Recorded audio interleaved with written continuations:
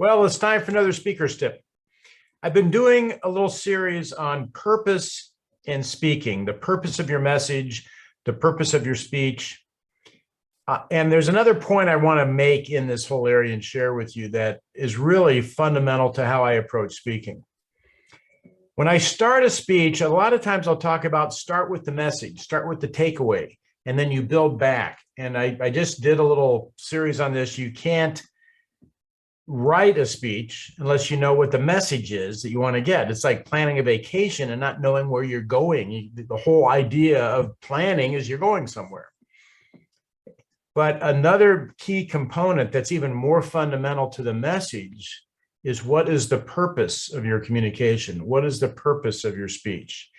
And with that, let me just give you a couple examples where you could be asked to speak, and looking at what the purpose of your message is, I think is a really important point. Let's just say there's a issue or a policy that your city council is getting ready to pass and it's being debated, and you go to the city council meeting and you have your 2 minutes to voice your input into what the city council is doing. Now, you may have a specific message that you want to deliver, but underneath that message is also the purpose of impacting the city council, or the purpose of uniting your constituents, the people that are on your side, uniting them in a way to put more pressure on the city council. You have a purpose of impacting the city council, which is more fundamental than the message. The message is there, but if the message is delivered, but it doesn't impact the city council,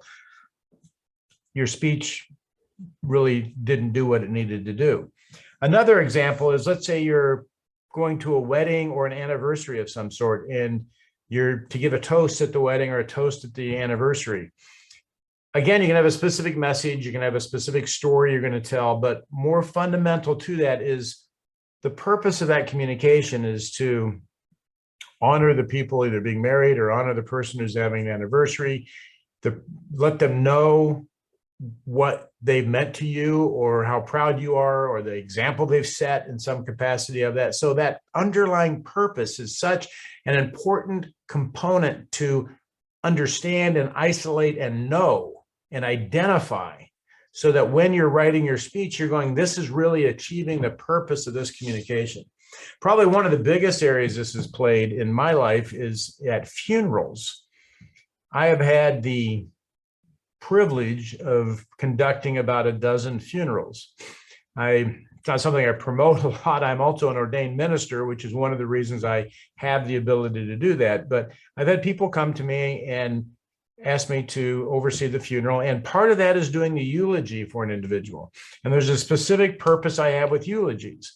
And it's to celebrate the individual's life, but I also have the purpose of indicating to the people there some of the less palatable traits that this individual had, and getting them to laugh about them and getting them to let go of them. And nobody lives a perfect life. Everybody ruffles feathers as they go through life. So it's to share the good, share the things they did, but also share some of the things that they did that maybe irritated people, but we're going to look at them, we're going to laugh at them and let go of them so people can actually move forward. And my main purpose in delivering a eulogy is not so much to honor the individual at its past as it is to allow the audience who's there and still living to move forward from that loss of the individual. I look at it, maybe you're at work and you have to give a message. There's a new policy that came out, and your team, the policy is not a great policy. Nobody's happy about it, but management sent it down and you have to tell your team that here's the new policy. And I actually had a situation like this where I was an employee. I was working for a large food company. I was in sales, and I was working in supermarkets, sold groceries in supermarkets. And if anybody knows anything about being in a supermarket, you don't want to be in there talking to the manager on Friday, especially Friday afternoon, because basically that's when everybody got their paycheck and the store was crazy Friday and Saturday. Those were the big shopping days. So you needed to get all your work done early, and then you stayed out of that store on Friday because the managers didn't want to see you. Well, there was a policy that came down that we needed to be in the stores till Friday at 5 o'clock.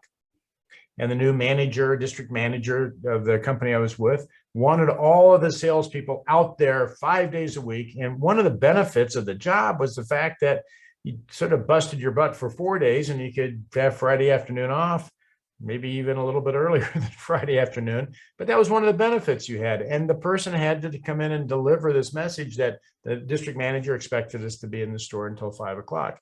And it was a tough message for them to deliver because nobody on the team felt it was, first of all, advantageous or wanted to accept it.